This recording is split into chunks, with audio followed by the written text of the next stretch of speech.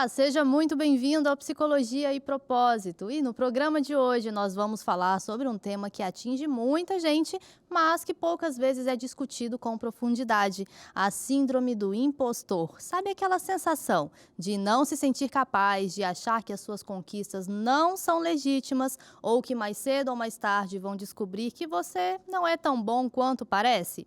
Esse é um sentimento mais comum do que muita gente imagina e pode impactar diretamente a autoestima, a vida profissional e até mesmo os relacionamentos. E hoje, para nos ajudar a entender melhor o que é a tal síndrome do impostor, como ela se manifesta e principalmente como podemos lidar com ela, recebemos a psicóloga Vitória Klepp, que vai compartilhar a sua visão e experiência sobre esse assunto tão relevante. Vitória, seja bem-vinda. Muito obrigada. Eu falei certo o seu sobrenome? Olha, eu confesso que tem gente que fala clap, tem gente que fala clap. Tô acostumada com os dois. Então pronto. Então a gente usa os dois. Tudo certo. Você também é psicóloga, né? Isso. Há quanto tempo? Fala um pouquinho da sua trajetória. Perfeito. Então, sou psicóloga há 2 anos. Ainda tô no começo da minha trajetória. Saí da faculdade, mas assim, sou aquela pessoa que está sempre em movimento. Então, eu tô fazendo especialização em Gestalt terapia, que é a abordagem que eu escolhi. E o tempo inteiro buscando cursos, especializações, workshops, porque a nossa profissão é a profissão que a gente tem que estar em contato, né? Sim. O tempo inteiro. Então, não dá pra gente entrar no consultório e ficar. Não. Essa conexão o tempo inteiro com as pessoas, com lugares. E o buscar saber mais, né? Porque tem sempre uma coisa nova, sempre um assunto que está em alta, que a gente vai ter que se inteirar ali para conseguir falar, discutir sobre esse assunto e até mesmo ajudar caso chegue um paciente que precisa da ajuda, né? Com certeza. A psicologia está presente em tudo, né? tudo. Então, a gente tem que estar o tempo inteiro buscando, se atualizando e a par do que está acontecendo. Exatamente. E sobre a síndrome do impostor? A gente estava batendo um papo aqui antes. Ela não é literalmente, né? Ela não está ali dentro do DSM, nem dentro do CID, mas a gente chama ela de síndrome do impostor. Explica um pouquinho assim por alto. Exatamente. Até o nome que iniciou, geralmente era chamado de fenômeno do impostor, justamente porque síndrome remete a uma coisa muito clínica, Sim. médica, né? A gente pensa em algum transtorno e não é. Não está dentro do DSM, que é o manual diagnóstico que a gente usa, né? A gente entendeu mais como um padrão de comportamento. Sim. Um padrão de comportamento que foi identificado ali, alguns anos atrás, se eu não me engano foi em 78, né? Isso. Que a gente determinou esse termo com as pesquisas, entendendo ali esse padrão que é da pessoa estar se sentindo uma fraude, né? Essa sensação muito comum, inclusive, Sim. da pessoa sentir uma farsa, que a qualquer momento ela vai ser desmascarada, que as pessoas vão descobrir que ela não é nada daquilo ali, então ela não se sente realmente como os outros veem, como que ela se mostra para o mundo. Ela fica muito presente essa sensação de farsa. E tem algumas características, né, que a gente poderia identificar nas pessoas para falar assim, não, essa daqui pode estar sofrendo com a síndrome do impostor. Sim. Quais características a gente poderia pegar, assim, em alguém? Algumas, assim. Primeiro, uma pessoa que é muito perfeccionista, autocrítica, uma pessoa que desmerece elogios, por exemplo. Não foi nada demais, não, eu não fiz mais do que minha obrigação. São falas que a gente costuma ouvir, né? Sim. Uma pessoa que trabalha excessivamente e aí entra num ciclo. Porque ela trabalha muito, porque ela acredita que não é boa o suficiente, que as pessoas vão descobrir ali que ela não é capaz. E que ela precisa sempre dar mais, sempre Dar dar mais. mais. Nunca tá bom, nunca tá o suficiente. Nunca tá bom. E por ela trabalhar muito, ela acaba tendo bons resultados, mas isso vai se retroalimentando. Como ela tem bons resultados, ela acredita que ela só teve isso porque ela se esforçou muito, porque ela trabalhou muito, e não pelo talento dela. Então, a pessoa tem que continuar mantendo esse padrão. Isso causa um esgotamento, porque é cansativo você sustentar isso, né? E talvez pode até chegar a causar, sei lá, um burnout da vida. Com certeza. A gente vê que a síndrome do impostor, ela está muito associada tanto ao burnout quanto a outros sintomas que a gente pode pensar, como uma depressão também, por conta do esgotamento, né? Questões de autoestima, a forma como a pessoa se vê, a insegurança dela ali para se relacionar com o outro, para poder se colocar nas situações. Sim. E isso vai gerando alguns sintomas, né? Da ansiedade, do estresse, Tudo isso está muito associado. Sim. E será que prevalece mais nos homens ou nas mulheres? Porque a pesquisa inicial ela foi feita com mulheres, né? Sim. Mulheres que já estavam ali no mercado de trabalho e foi observado que elas sempre queriam mais e que elas nunca se achavam capazes ou merecedoras daquele resultado que elas estavam Sim. tendo. E aí, um pouco logo depois, isso se estendeu também para os homens, começaram a perceber que os homens também poderiam sofrer com a síndrome do impostor por se cobrarem muito também. Mas hoje em dia, será que tá misto o negócio? Será que tá misturado? Olha, eu acho que isso, inclusive, é um grande debate. Se a gente para ver as pesquisas mesmo, não tem uma conclusão muito fidedigna a uma resposta é mais prevalente nos homens, nas mulheres. O que eu acredito é que ficou ali um estigma Sim. em que é mais associado ao feminino. Porque inicialmente começou com as pesquisas voltadas para as mulheres, houve um tempo em que se acreditou que era somente ao gênero feminino Sim. atrelado, mas a gente vê muito presente aos homens também. Só que o que acontece também é que a forma de cada um lidar com essa sensação que vem ali é diferente. Diferente. Por conta do perfil do homem, o perfil da mulher. Sim. Então, muitas vezes, a gente vê que a mulher, ela consegue falar sobre, ela consegue pedir ajuda, se vulnerabilizar mesmo. Então, a gente vê mais mulheres demonstrando como Sim. estão se sentindo. O homem, muitas vezes, ele tem aquele perfil que ele tem que ser forte. O super-herói. Eu tenho que dar conta de tudo. Eu tenho que dar eu conta tenho de tudo. que conseguir fazer, eu tenho que me superar, eu tenho que me mostrar até o meu trabalho. Exatamente. Então, como é que o homem vai ter credibilidade se ele demonstra que ele está se sentindo uma farsa, que ele não está se sentindo confiante ali? Então, eu acredito que fica muito esse lugar do homem não poder demonstrar. Sim. Isso mexe muito com a masculinidade do homem também. Sim. Então, o que eu vejo que acontece muito é que a forma de lidar, a mulher, enquanto ela busca um enfrentamento ali daquela situação, uma ajuda, o que a gente já entendeu também é que muitas vezes os homens recorrem a fugas. Fugas para não ter que enfrentar aquilo ali. Sim. Que às vezes pode ser o álcool, podem ser drogas, podem ser até alguns comportamentos muito prejudiciais. E aí vai acarretar outros problemas por conta de um problema inicial. Exatamente. Gente, não é simples. Não é uma coisa simples. E será que talvez a gente observa mais nas mulheres? Por quê? Mulher entrou mais tarde no mercado de trabalho. E já entrou mais tarde no mercado de trabalho justamente porque já não achavam que elas eram capazes de fazer, de trabalhar e cuidar tanto da casa, de filhos e também de ter uma vida profissional e tudo mais.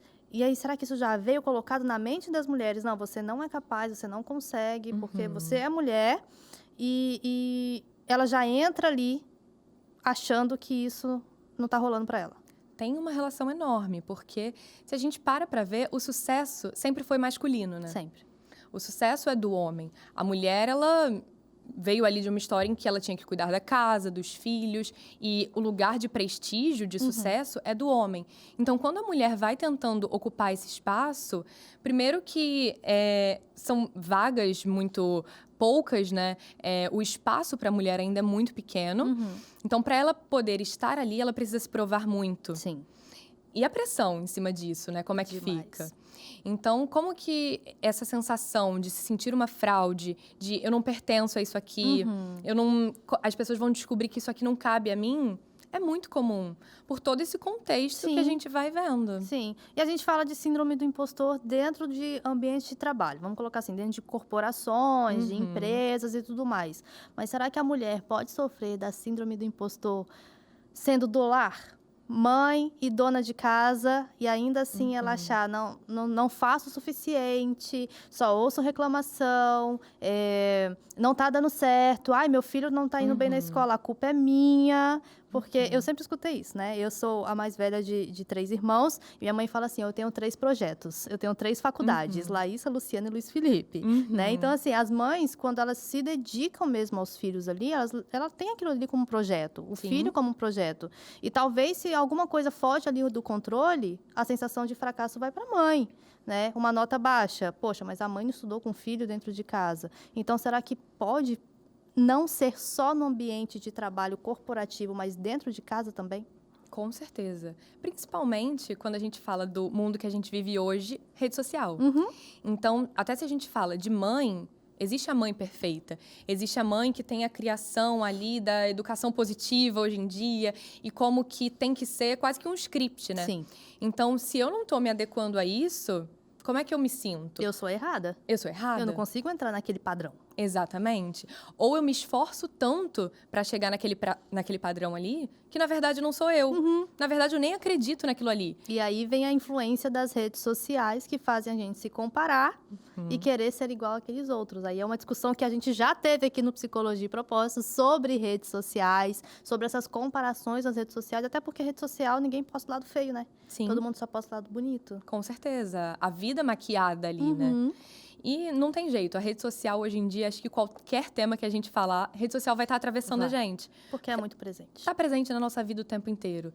Então, como vocês já falaram desse tema aqui, mas acredito que qualquer tema vai estar a rede social envolvida de alguma forma, porque tem um impacto. Tem. E essa comparação acaba atingindo as mães, mulheres, em geral, donas de casa. Muitas vezes não é mãe ainda, mas é só dona de casa.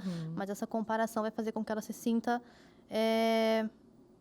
não plena, né? E faltando alguma coisa ali para que ela realmente consiga ser bem-sucedida naquela tarefa que ela está fazendo. E existem perfis de pessoas que seriam mais suscetíveis a sofrer da síndrome do impostor ou, não, qualquer pessoa está suscetível a isso, será? Olha, qualquer pessoa está suscetível a isso.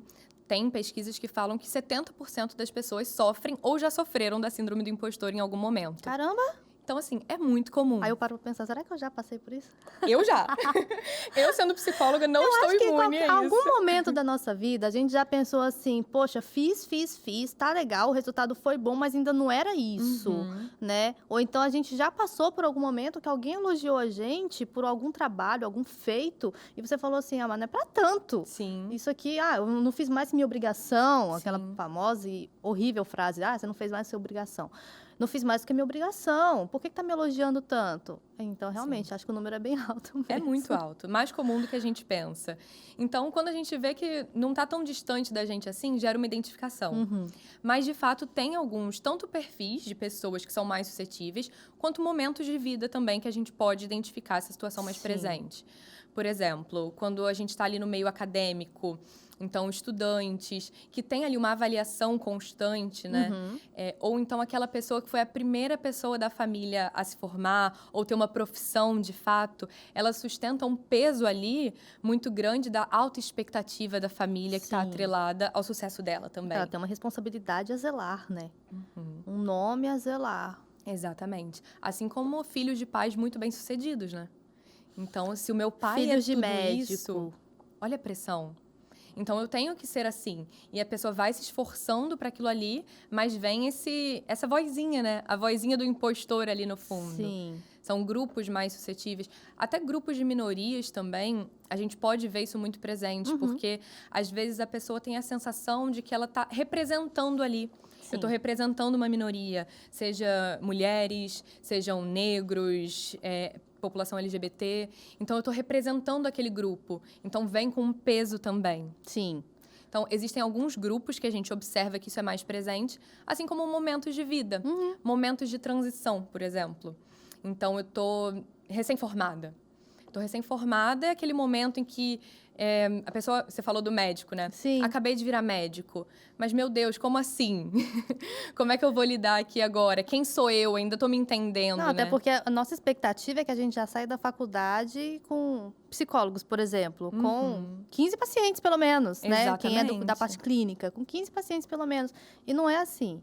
É uma escadinha, a gente tem que construir o nome, né? A gente tem que fazer rede de contatos, um vai indicando para o outro, enfim. E essa é uma cobrança que os recém-formados podem ter. Com certeza. Então, a gente vê que essa fase da transição, né? Eu era uma coisa, até ontem eu era estudante, agora eu sou um profissional, mas a pessoa, às vezes, não conseguiu nem desenvolver a confiança para sustentar aquilo ali. Então, essa vozinha vem também. Momentos de transição, além desses, como uma promoção no trabalho, em que você está um tempo ocupando um cargo, agora você vai para uma outra posição em que demandam outras responsabilidades. Será que eu vou dar conta? Será que eu vou dar conta? A vozinha, será que eu merecia isso mesmo? Ou só me colocaram lá porque não tinha outra opção. Não tinha outra opção. Foi sorte. E tem gente que acredita nisso, né? Muito. Às vezes, numa empresa grande, recebe uma promoção e fala assim, não tinha outra opção. Gente, tinha mais 300 que poderia ocupar o seu lugar, mas você foi escolhido, né? E acaba que a gente pode colocar a síndrome do impostor como uma autossabotagem também? Com certeza, porque uma dessas vozes que estão ali no fundo a pessoa vai descobrir que eu tô fingindo aqui, que eu não sou nada disso. Então, ela vai se sabotando, muitas vezes até para sustentar esse papel, porque ela genuinamente acredita nisso. Ela acredita em todas essas vozes que ficam ali, desse diálogo interno que ela está vivendo. Então, ela se sabota muitas vezes de oportunidades, deixa de abraçar uma oportunidade ou ter alguma experiência porque acha que não é capaz, porque acha que aquilo ali foi sorte. Então, quantas oportunidades podem ser perdidas por conta disso também, né? E a gente sempre fala, né, que oportunidade, às vezes, quando você perde ela não volta nunca mais. Exatamente. Né? Então, se você acha que você está sofrendo de síndrome do impostor, vamos procurar um tratamento. Para você não perder as oportunidades que a vida te dá e tudo mais. E falando de saúde mental, como que a síndrome do impostor pode afetar a saúde mental daquela pessoa ali que está sofrendo com ela, mas que talvez não esteja percebendo? Porque já é natural para a pessoa, né? Se rebaixar, se vitimizar, ela não está percebendo, isso é natural para ela. Mas a saúde mental está sendo afetada, sem ela perceber. De fato. Aquele ali virou normal, é o padrão, a forma que a pessoa lida com a vida dela. Sim. Mas, por trás de tudo isso, tem a cobrança excessiva, tem esse perfeccionismo, tem a autossabotagem. Então, tudo isso vai gerando nessa pessoa diversas consequências, seja com a autoestima, seja com a forma dela de se relacionar com os outros, as relações interpessoais ali. Sim. E falando até da saúde mental propriamente, a síndrome do impostor em si, ela não vai estar causando algum sintoma específico, mas as comorbidades atreladas a ela vão estar. Então, foi o que a gente falou do burnout, da depressão, da ansiedade. Ansiedade principalmente. Acho que principalmente. Acho que essa vai superar todas as outras, justamente por essa preocupação do que vai estar ali na frente, se eu vou dar conta, se eu vou ser merecedora daquilo dali, né? Exatamente. Em casos mais graves, até o toque também pode estar atrelado, porque a pessoa vai desenvolvendo ali um padrão de um comportamento que ela tem que fazer para poder manter aquele personagem, para poder manter a imagem que as pessoas enxergam dela, que isso vai acarretando diferentes impactos e comorbidades na vida dela. Sim. E acho que uma das consequências também seria essa mania de perfeição. Sempre que chega uma pessoa para mim já fala assim... Fala uma qualidade sua. Sou perfeccionista. Fala um defeito. Sou perfeccionista. Porque são extremos, né? Eu acho que o perfeccionismo é uma linha muito tênue. Se você não prestar atenção, isso sai de uma qualidade e passa para um defeito num piscar de olhos, né? E dentro da síndrome do impostor, eu acho que o perfeccionismo pode muito afetar a vida dessa pessoa, porque nada vai estar bom. Ela sempre vai querer mais. Não, mas, poxa, eu arrumei essa mesa aqui para o café da manhã, bonitinha, talheres, prato, copo, xícara, papapá, pão de queijo, queijo, presunto, não tem nada milimetricamente fora do lugar. Não, tá errado, eu ainda vou tirar isso aqui, eu vou fazer de novo, porque pode ficar melhor. Sim. Isso atrapalha muito a vida da pessoa. E se a gente para pensar, o perfeccionismo, ele não é a pessoa querer fazer o perfeito. Na verdade, é um ciclo em que a pessoa não consegue nem fazer, muitas vezes. Porque ela não se permite, nunca vai estar bom, assim como você falou. Nunca vai ser suficiente, a pessoa precisa fazer mais para poder fazer perfeito, para poder fazer melhor. Sim. Então, muitas vezes, o que acontece é um efeito rebote. Porque, nossa, dá tanto trabalho fazer perfeito, eu prefiro não fazer. Então, eu procrastino. Então, você pode ir para os dois extremos. Ou de fazer com aquela cobrança muito grande, com uma autossabotagem muito grande. Ou, então, de você não fazer, você paralisa. Sim. Porque eu não consigo dar conta de fazer. Para fazer e não tá perfeito, para fazer meia boca... Melhor não fazer nada. Melhor não fazer, então eu não começo. E eu não consigo dar continuidade em algumas coisas na minha vida. Ficam paralisadas.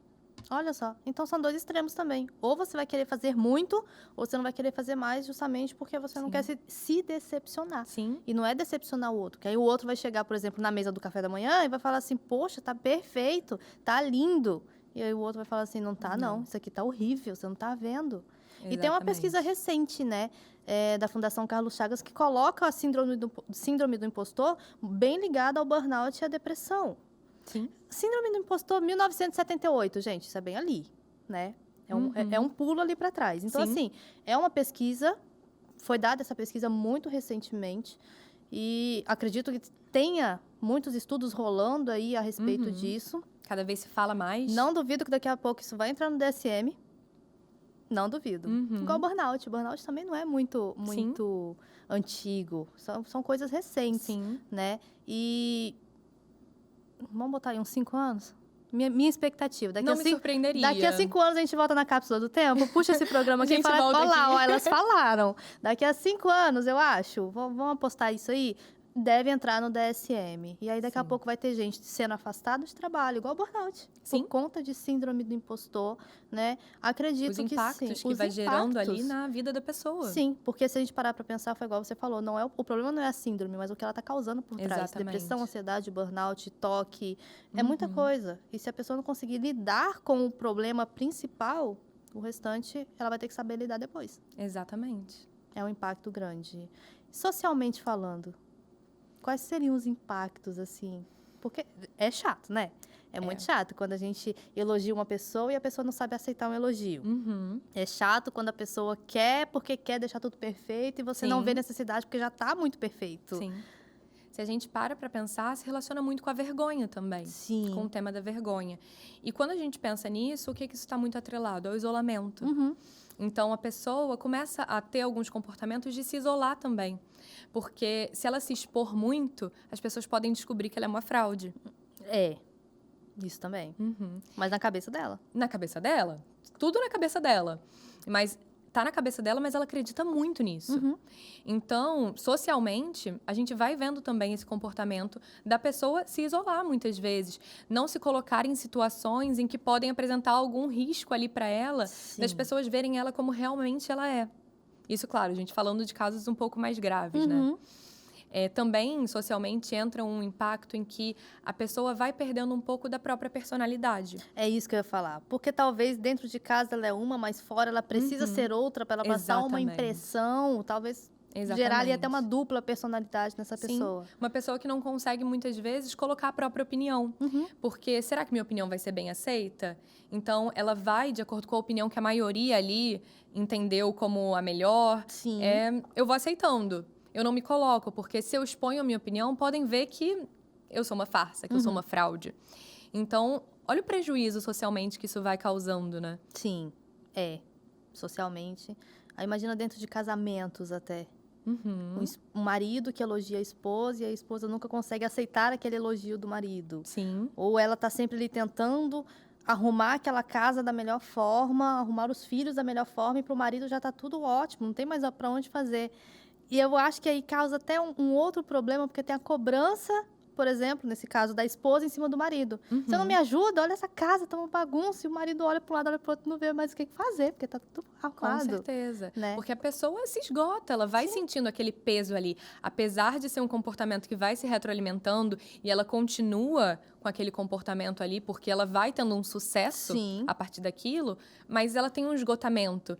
Então, quem tá ali convivendo com a pessoa pode acabar sentindo os respingos disso, né? A pessoa vai cansar, dar conta de tudo sozinha. Sim. Mas tem ajuda, né?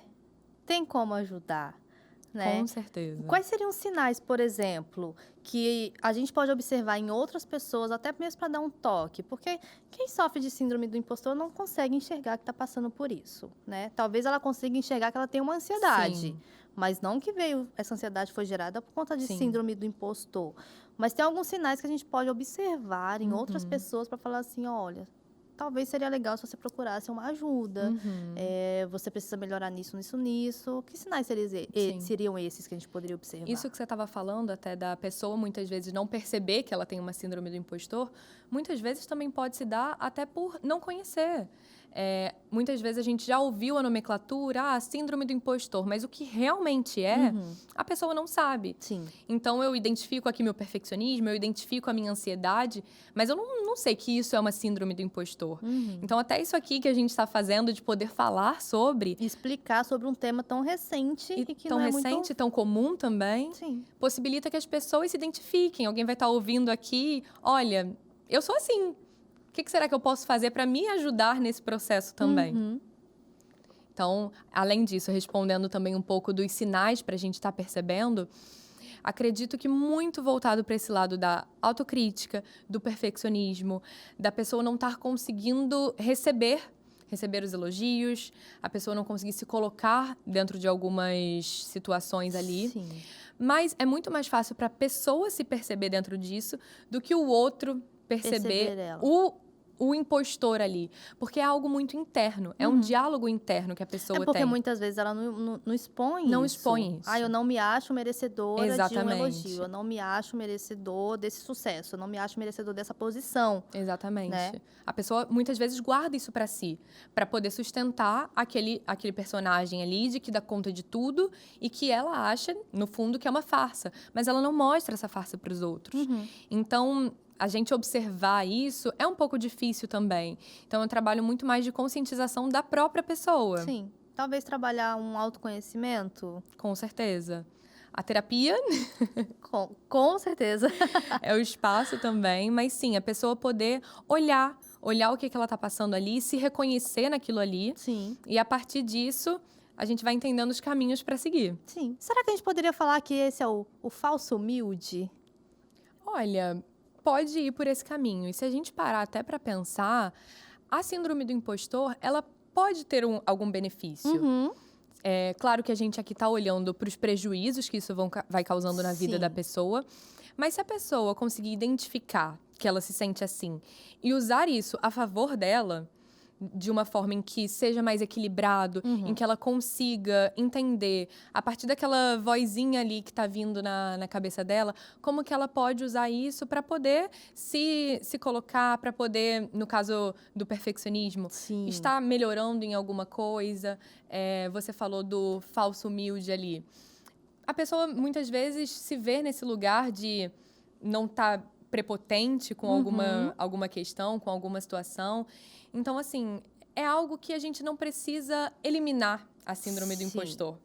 Ela tá ali, ela faz parte da pessoa. E talvez aprender a conviver com ela e trazer os pontos positivos dela para a vida. Isso, de uma forma mais saudável. Como é que eu posso conviver com isso? Que é algo que faz parte de mim, mas eu vou conviver com isso de uma forma mais saudável. Sim. Por que eu trouxe isso do falso humilde? Porque geralmente isso é uma reclamação de pessoas que estão de fora, né? Poxa, fulano alcançou uma conquista tão grande, a gente foi elogiar e ele falou, não, mas não é isso tudo, e não sei o quê. E às vezes as pessoas até acham que ele está fazendo isso de propósito, né? Sim. E aí falam assim, que humildade falsa. Né? Como é que não se enxerga como é que não ali? se enxerga nessa posição que ele tá? Recebeu uma promoção, foi ser parabenizado. Qualquer um podia estar aqui. Nossa, olha como fulano é falso, né? Não é qualquer um, ele fez por merecer, mas ele acha que ele não pode falar isso. Mas às vezes a pessoa está falando isso sem até mesmo perceber que ela está se sabotando ali, né? Sim. E falando dessa forma, né? Você estava trazendo para mim o caso de uma pessoa aí famosa, né? Que recentemente foi na mídia e falou sobre síndrome do impostor também. Sim, acho muito legal trazer isso para cá, até para a gente entender que tá mais perto do que a gente imagina. Sim. Quando a gente olha para algumas personalidades da mídia, aquela pessoa, nossa, ela é maravilhosa, ela deve ser muito autoconfiante. E a gente vê que muitas pessoas se sentem assim. Eu estava vendo uma entrevista da Bruna Marquezine, que é a Bruna Marquezine, né? A gente pensa, essa mulher não tem defeitos. Não tem defeito, não tem problema. Não tem problema, não tem nada. E ela estava contando uma situação em que ela estava fazendo um teste para algum filme, alguma coisa assim. E como que ela não queria nem enviar aquele teste ali, porque ela achava que estava horrível. E como que as pessoas iam perceber que 15 anos de carreira dela, na verdade, foram uma farsa, que ela não sabia nem atuar, que ela não sabia nem o que ela estava fazendo ali. Que o único papel bom que ela fez foi a Salete, acho que é Salete. Quando ela era pequenininha. Quando ela era pequena. E ela fala ainda, não, e quando eu era pequena, porque criança, qualquer coisa que faz tá bom. Mas depois disso, eu não sei atuar, não sei nem o que eu tô fazendo. E aí você para pensar, a Bruna Marquezine tendo essa visão de si, né? Então, assim, como que isso é muito comum?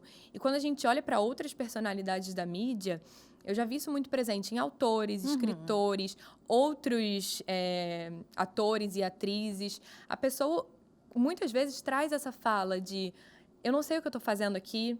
As pessoas vão descobrir que eu não sei de nada, Sim. que eu vim enganando esse tempo todo, Uhum. como se toda conquista que a pessoa teve, toda a trajetória dela até ali, foi, na verdade, enganando todo mundo. Eu E não foi tenho uma talento. sorte. Tô aqui Foi por sorte. Foi sorte, aconteceu, eu tava na hora certa, no lugar certo.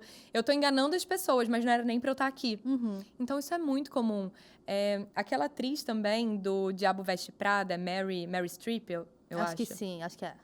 Ela também, acho que depois de ganhar um Oscar, alguma coisa assim, ela também teve uma fala desse de... Eu não sei por que as pessoas querem ver o meu filme. Eu não atuo bem. E aí vai me dizer que isso não parece uma falsa humildade. A mulher tá com o Oscar Sim. na mão e vai falar isso. Sim. As pessoas vão falar, nossa, mas que falsa humildade dela de falar isso com o Oscar na mão, de um Sim. filme que é tão falado. Sim, pode ter um efeito rebote ali, Sim. né? Soar até como uma prepotência. Sim, exatamente. Então, eu acho que essa é uma consequência que as pessoas... consequência negativa, Sim. que as pessoas que têm a síndrome do impostor podem sofrer.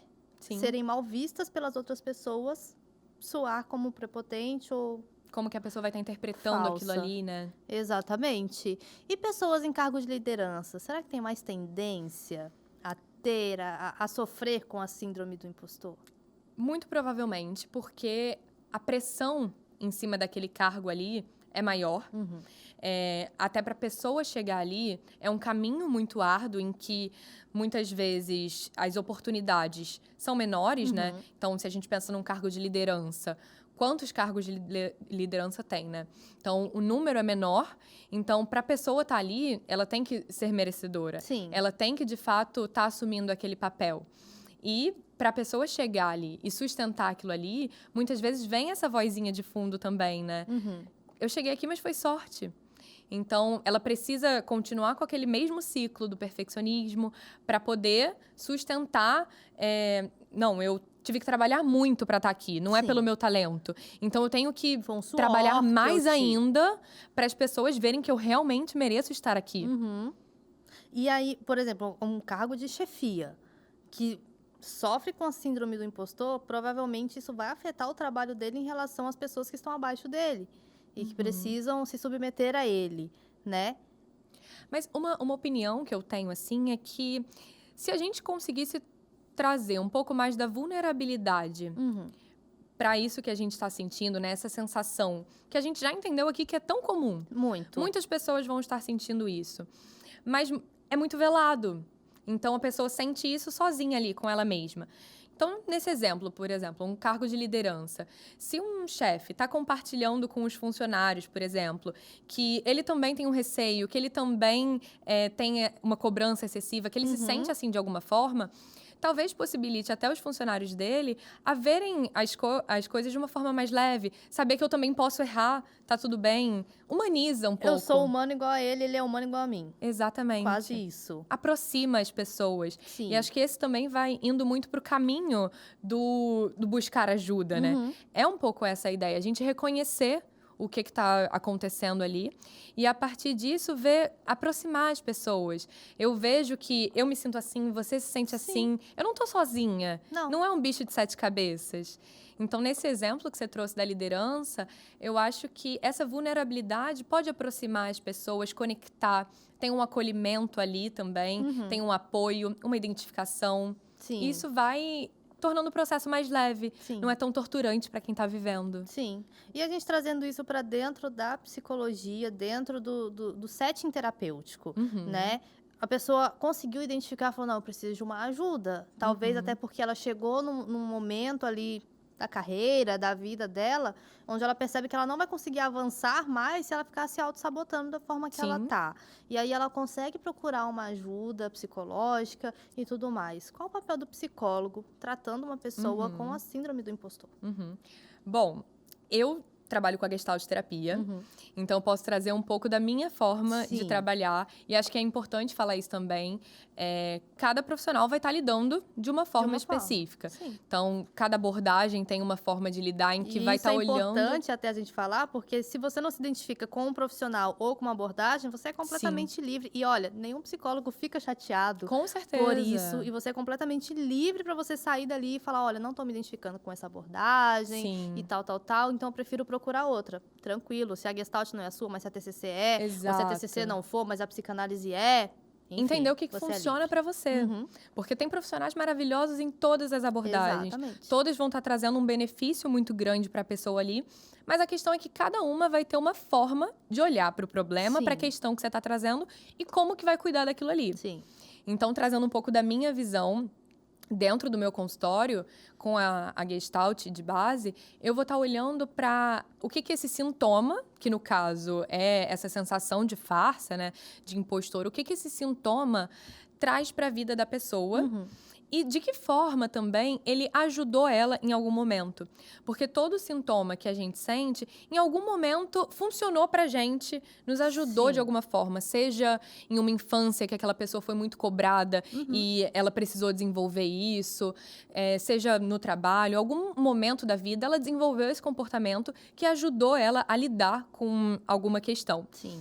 E a gente identificando isso, a gente vai olhar para esse sintoma, entender que papel que ele teve na vida dessa pessoa e fazer um processo de atualização. Uhum. O quanto que isso ainda é necessário na sua vida hoje, o quanto que isso te ajuda, o quanto que isso te atrapalha, fazer um movimento de questionar alguns comportamentos também e esse processo de atualização. Então, pegando até o perfeccionismo, por exemplo. Com certeza o perfeccionismo pode ter ajudado a pessoa em muitos Em momentos muita da vida coisa. dela. Sim, como a gente falou, é uma linha muito tênue do que é Exatamente. bom até chegar ao Exatamente. prejudicial. Então, e hoje, como é que tá isso para a vida da pessoa? Ele tá sendo um peso? Tá causando um sofrimento para a vida dela? Será que a gente precisa fazer um processo de atualização da forma como ela enxerga isso Sim. e ir ressignificando um pouco também, né? Uhum. Então, a forma de trabalhar é muito mais desse questionamento, de poder entender como que está impactando a vida da pessoa no hoje, no aqui e no agora. Sim. E eu trabalho muito com a experiência também. Então, trazendo para a experiência, para o momento ali, vivendo aquilo ali, identificando os impactos que isso tem. Então, viver isso traz que tensões para o corpo da pessoa, como que é a forma que ela se enxerga de si mesmo, como é que ela se coloca dentro das relações a partir disso. Então, a gente vai olhando de uma forma global todos os Sim. impactos disso na vida da pessoa, até ela ir fazendo esse processo de atualização, observar algumas estratégias que possam ter ali no dia a dia para poder ajudar. Uhum. E tem algumas técnicas também muito legais. A gente pode, por exemplo, pegar e colocar essa pessoa para conversar. Esse lado impostor dela, conversar com o lado que acredita no sucesso dela. Sim. A gente fazer um diálogo dela com ela mesma ali, para ela poder ir trazendo para a consciência como que isso está impactando na vida dela, como que ela se enxerga realmente. E aí ela precisa falar, né? A gente sempre fala que aquilo que é dito, aquilo que você consegue escrever, você consegue ver melhor, e o que é dito você consegue escutar. Sim. E muitas vezes isso está tudo só na cabeça dela. Então ela não consegue escutar necessariamente o que está sendo falado ali, né? Mas no momento em que ela bota para fora e que ela consegue falar dessas crenças, eu sou da TCC, então a gente vai falar bastante de crenças, sabe? Que não são verdadeiras essas crenças, mas quando ela consegue falar, ela consegue escutar aquilo e Com falar assim, certeza. gente, será que é isso mesmo? Com certeza. E eu tava falando isso pra mim mesma, sabe? E colocar pra fora faz ela se escutar. Escrever é uma outra estratégia, né? Sim. A gente sempre fala, eu sempre falo isso pra todos os meus pacientes. Vamos botar na balança? Acho que ninguém aguenta mais eu falando isso. Vamos pôr na balança aqui. Tudo tem os prós e os contras. Sim. Tudo a gente tem que analisar os prós e os contras. Na síndrome do impostor não vai ser diferente, Sim. né?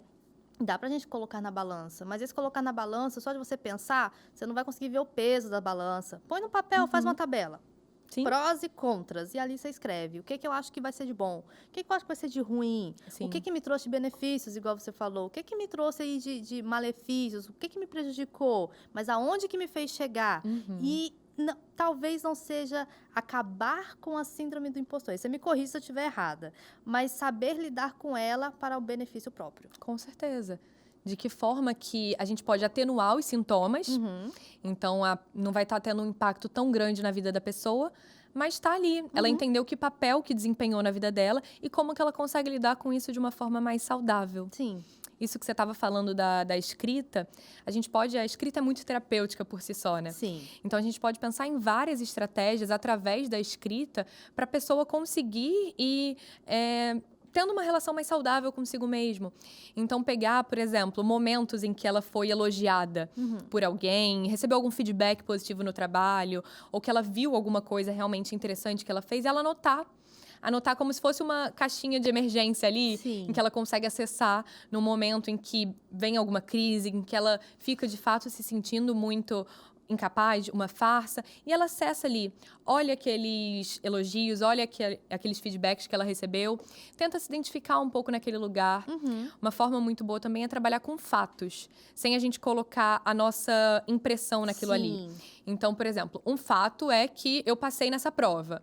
Ah, mas eu passei nessa prova por sorte, eu passei porque a prova estava fácil. Isso aqui já é opinião. Um fato é que você passou. Então, vamos nomear vários fatos que aconteceram. Eu passei na prova, eu fui promovida no trabalho, eu fui chamada para um evento. Começa a olhar só para os fatos. Os fatos são inquestionáveis. Não tem como. Exatamente. O que a gente faz com eles é atribuir ali um valor, Sim. algum juízo de que, não, eu estou invalidando aquilo ali.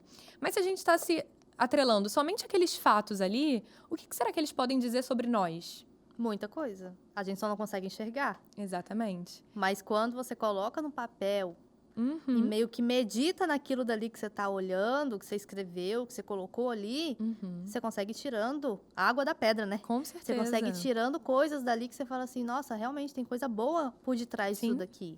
Né? Um elogio que eu recebi não foi à toa. Sim. E é engraçado porque isso foi trazido para mim até mesmo em terapia. Uma paciente falou para mim, eu não consigo receber presente.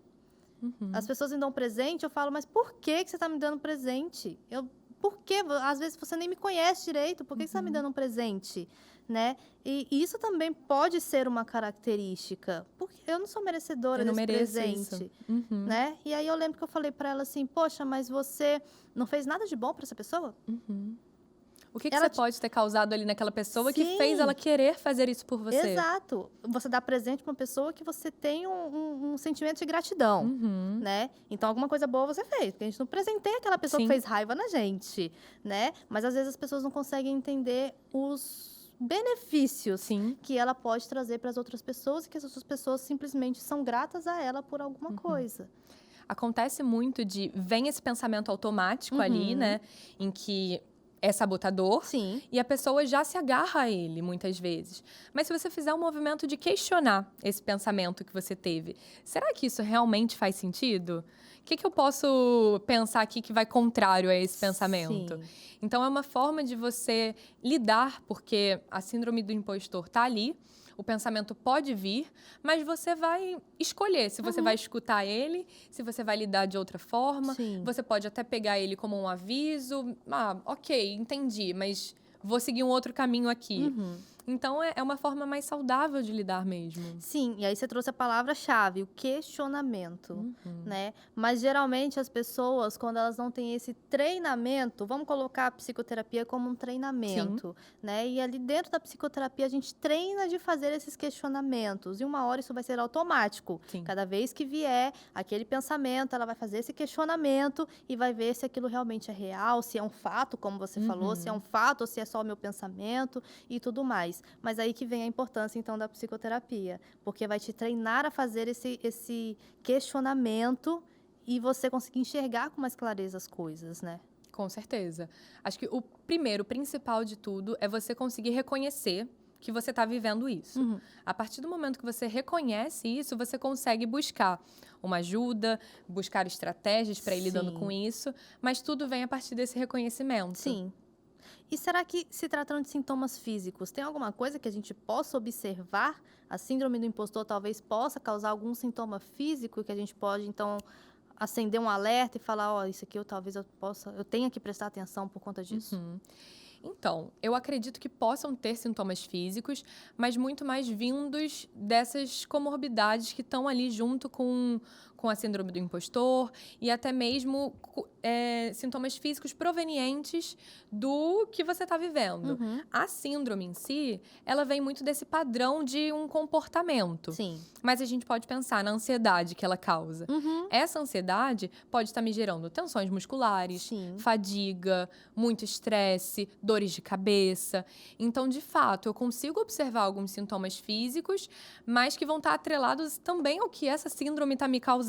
Então, geralmente, nunca é da síndrome em si, mas os problemas que a síndrome acarreta. Muito provavelmente. Assim, como é algo muito novo também Recente. e que não tá ali no DSM, a gente não tem uns critérios profissionais tão definidos. Sim, porque para cada coisa que tem no DSM, a gente precisa entrar em 7, 8, talvez até 10 Exatamente. sintomas daquele dali para dizer que é Exatamente. aquilo dali realmente, né? E com a síndrome do impostor a gente não tem isso ainda. Exatamente. Então, é algo um pouco mais subjetivo. A gente vai observando dentro desses padrões de comportamento como que cada pessoa vai lidando ali. Então, o que vem se observado muito é justamente isso. A síndrome vai causando alguns sintomas ali em relação à ansiedade, Sim. em relação ao estresse, outras comorbidades, e a partir disso a gente vai tendo alguns sintomas físicos também, até porque nosso corpo e mente estão totalmente integrados, né? Sim. Então, se a gente vai sentindo alguma coisa ali muito no nosso psicológico, isso afeta o nosso corpo inevitavelmente. Não tem como não. Não tem como, não tem como. Eu acho que as emoções também ficam muito afloradas. No momento em que você não se acha capaz, no momento em que você não se vê merecedor, automaticamente você não vai ficar feliz com isso, você vai ficar Sim. triste, né? O semblante vai mudar, e aí vem, você tá bem, Vitória? Tô vendo que você tá triste, tá pra baixo, e aí a pessoa ainda vai querer falar, não, tá tudo bem, sabe? Aí Sim. vem a falsa humildade de Sim. novo, o não reconhecimento daquilo que tá ali por trás. Gente, Sim. é uma coisa que vai puxando a outra Com realmente, certeza. né? E será que existiria a síndrome no meio corporativo? Não só entre chefia e liderança, mas no restante da equipe e empresa? Com certeza. Assim, todo o papel que a pessoa está desempenhando ali na sociedade, mãe, artista, líderes, outros cargos dentro de uma empresa. Quando a gente pensa no corporativo, a pessoa ela passa, por exemplo, por avaliações de desempenho dentro da empresa. Então, ela tem o processo dela, ela tem a performance dela Sim. sendo avaliada, sendo julgada o tempo inteiro. Então, muitas vezes a pessoa vai estar se colocando nesse lugar. Nossa, eu estou sendo avaliada. Será que vão descobrir que eu não sou boa? Será que vão descobrir que eu não mereço estar aqui? Então, vai reforçando esse lugar em todos os papéis que a pessoa vai desempenhando na vida dela. Sim. E se a gente parar para olhar em crianças, por exemplo? Tem criança que fala assim, eu não vou conseguir fazer esse trabalho da escolinha. Eu não vou conseguir, eu não vou dar conta. Ou então a criança tira um 8 e fala assim, poxa, eu podia ter sido melhor, esse 8 ainda não tá bom. Será que isso... vamos colocar nessa situação aqui. Os pais não cobram essa criança. Não tô falando de casos em que os pais falam, você tem que tirar um Sim. 10, você não vai conseguir. Sim. Nada disso. Os pais... Eu ia até falar sobre isso, porque muitas vezes vem ali vem da dos criação. pais, da criação daquela criança. Mas vamos colocar no mundo ali ideal e perfeito. Os pais, eles não cobram daquela criança, mas a criança, ela tem essa autocobrança. Será que já é um sinal de alerta, talvez, para os responsáveis de observar por que ela está se cobrando tanto? Por que ela acha que ela não vai dar conta, sendo que ela tem toda a capacidade para dar conta de fazer aquilo dali? Sim, com certeza. E primeiro é importante ver de onde é que pode estar vindo isso. Se não é dos pais, será que da escola, o processo de avaliação na escola que está trazendo e desenvolvendo isso? Alguns amigos, a comparação com os está amiguinhos. muito atrelada ali, né? Então, de que lugar que essa criança está desenvolvendo essa cobrança, essa forma de se ver?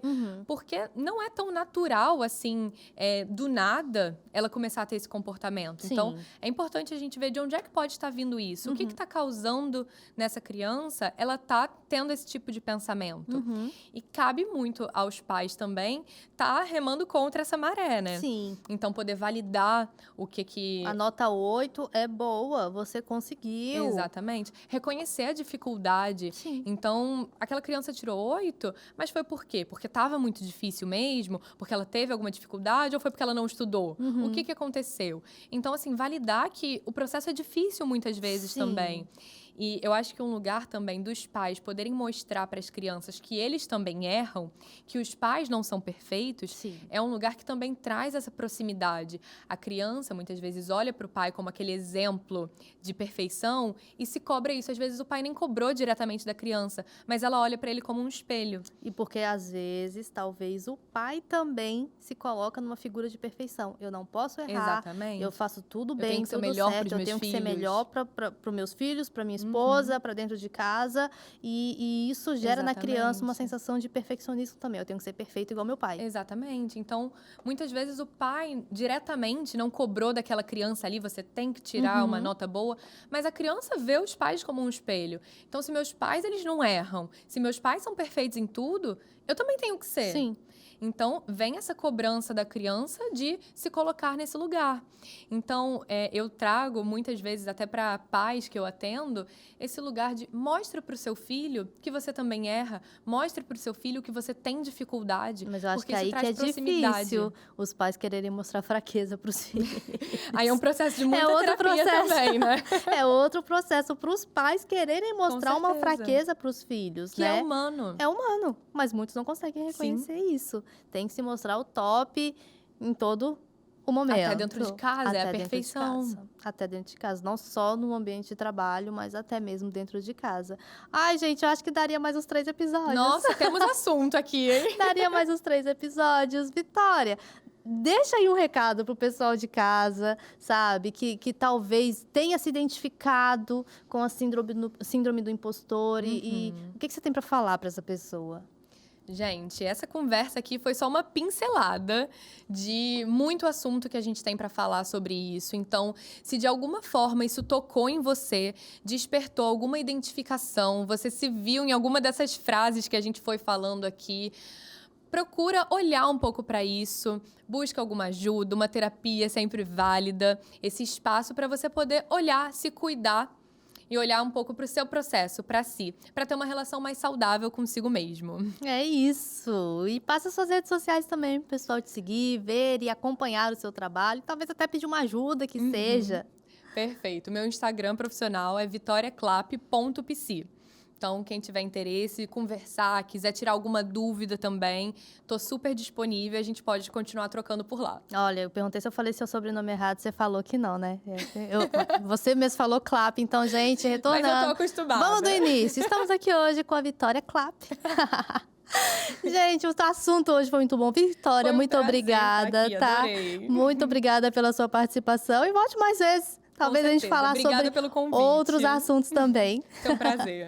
E você acompanha a gente lá no Instagram, no @Psicologia Propósito, e também lá no nosso YouTube, no canal Psicologia e Propósito. Encaminha também, manda, compartilha esse programa, esse episódio com mais pessoas, que eu tenho certeza que ajudou você e pode ajudar a outros também.